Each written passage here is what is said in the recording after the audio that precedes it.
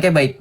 Puji Tuhan kita mendapatkan pencerahan walaupun tidak cerah-cerah amat. Jadi begini, ketika saya mencatat beberapa poin tadi, saya menjawab sesuai dengan kronologis apa yang disampaikan oleh Bang Faruk. Oke, yang pertama, saya jawab dulu. Ketika orang Islam mengatakan Allah tidak beranak bukan karena dia tidak mau, karena belum punya istri. Itu yang harus kalian tahu.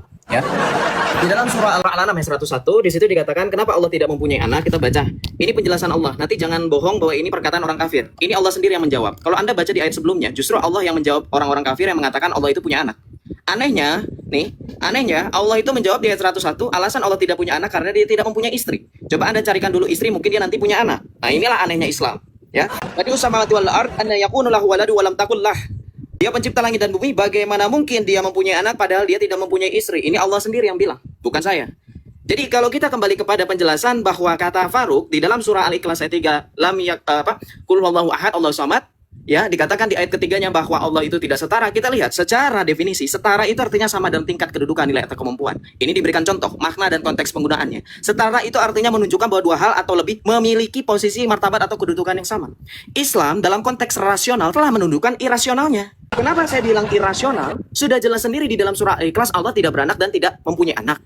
Sedangkan di dalam ayat yang lain, perkataan Allah lagi, itu saling berkontradiksi. Dia tidak punya anak karena tidak punya istri. Kalau dia tidak setara dengan makhluk, kenapa dia lebih rendah daripada makhluk? Kenapa saya bilang lebih rendah daripada makhluk? Bang Faruk belajar ilmu pengetahuan alam, belajar biologis. Banyak makhluk hidup di dunia ini, flora dan fauna, bisa memiliki anak tanpa harus punya istri. Kenapa Allah yang pencipta harus nunggu punya istri baru punya anak? Itu satu. Kemudian dikatakan di dalam perjanjian lama tidak ada konsep bapak punya anak katanya. Di dalam konsep perjanjian lama manapun. Hello, apakah betul? Kita lihat. Bahkan di dalam kitab Mazmur. Mazmur ini perjanjian lama. Anda minta perjanjian lama kan? Saya turutin. Mazmur 2 ayat 7 ini ketetapan Raja Daud perkatakan. Lihat. Dikatakan bahwa Raja Daud menuliskan apa? Aku mau menceritakan tentang ketetapan Tuhan. Ia berkata kepadaku, anakku engkau telah kuperanakan pada hari ini. Dan lihat. Di dalam perjanjian baru, perkataan Raja Daud ini digenapi di dalam Ibrani. Inilah yang tidak dimengerti oleh Islam. Anak di situ siapa? Nanti kita lihat di dalam kitab Daniel juga. Di sinilah di dalam Ibrani berbicara tentang Yesus Kristus sebagai putra tunggal Bapa. Sebab kepada siapakah di antara malaikat-malaikat itu pernah ia berkatakan, engkaulah anakku, hari ini aku telah menjadi bapamu. Dan aku akan menjadi bapaknya dan ia akan menjadi anakku. Inilah ketetapan di dalam Mazmur 2 ayat 7. Lihat di footnote-nya. Lagi tambahan di dalam perjanjian ini. Di dalam Daniel 7 ayat 13 sampai 14, lihat penglihatan Nabi Daniel dalam perjanjian lama. Aku terus melihat dalam penglihatan malam itu tampak datang dengan awan-awan dari langit seorang seperti anak manusia. Datanglah ia kepada yang lanjut usianya. Ini yang digambarkan sebagai orang Yahudi dan tafsir dari Bapak Gereja sepakat ini adalah Allah Sang Bapa.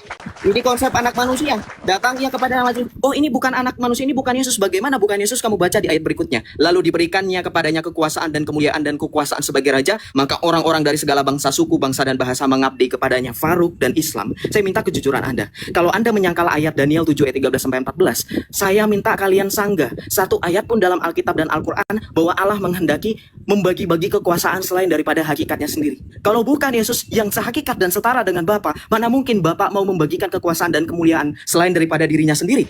Kemudian di dalam Yesaya 7 ayat 14, saya bawa 3 tokoh besar dalam perjanjian lama. Raja Daud, Daniel, kemudian yang berikutnya Yesaya. Dalam Yesaya 7 ayat 14 dikatakan sebab itu Tuhan, perhatikan, sendirilah yang akan memberikan kepadamu suatu pertanda, sesungguhnya seorang perempuan muda mengandung dan akan melahirkan seorang anak laki-laki dan ia akan menamakan dia Immanuel. Tidak ada dalam perjanjian baru selain Yesus yang memaknai namanya sebagai Allah beserta kita sesuai dengan Yohanes 1 ayat 14. Izinkan saya bertanya kembali, ketika di dalam Islam konsep ketuhanan itu katanya satu, saya minta jelaskan secara makna ayat pertama surah Al-Ikhlas. Silakan, per ayatnya diartikan, diterjemahkan. Ayat pertama saja dalam konsep Al-Ikhlas. Silakan, monggo. Teman-teman sudah menyaksikan ya, si Joseph yang memulai, bukan aku yang memulai.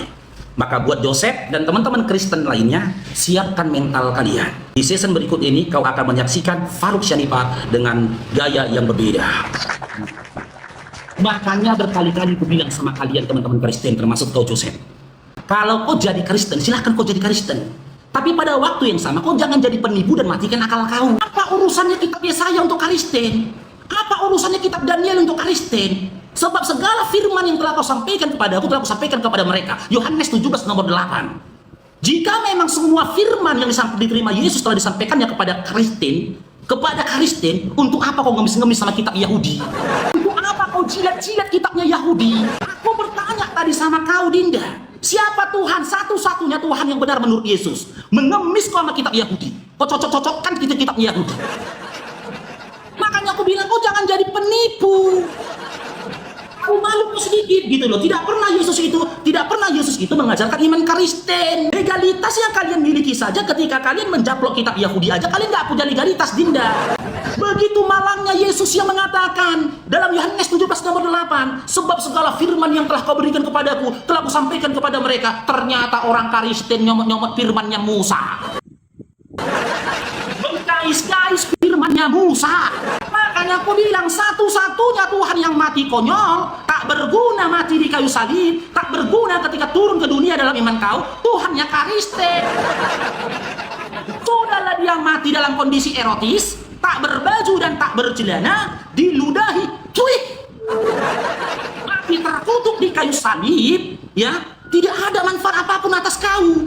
Kau masih mengkais-kais kitabnya Yahudi. Ulangan 33 nomor 4. Ulangan 4 nomor 44. Jelas dikatakan, hukum Taurat, kitab Taurat itu diperuntukkan untuk Bani Israel, anak keturunan Yakub. Lalu datang di zaman sekarang umat pemakan babi mengutip kitab yang mengharamkan babi. Kau malu kau sikit, Joseph. Kalau kau baca kitab perjanjian lama mulai dari kejadian sampai dengan Maleaki, dari kejadian sampai kecelakaan, jadi kejadian sampai kehamilan, kitab Yahudi tidak pernah menceritakan Tuhan akan turun ke dunia, ya, dianiaya, diludahin, telanjang mati di kayu salib. Aku harap kau jujur, kau jangan mau bertanya saja gitu loh.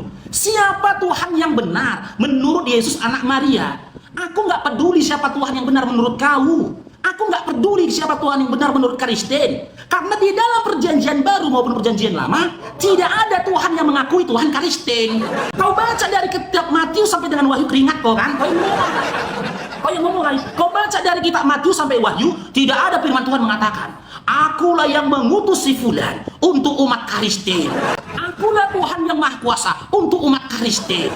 Gak pernah ada. Makanya berkali-kali ku bilang, mau kau tuhankan kolornya si Edis yang koyak, mau kau tuhankan sempaknya si bom-bom yang longgar, mau kau tuhankan hantu leher, aku tak peduli.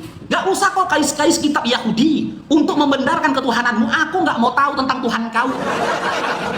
Yang aku tanyakan di awal match tadi, siapa Tuhan yang benar menurut Yesus anaknya Maria?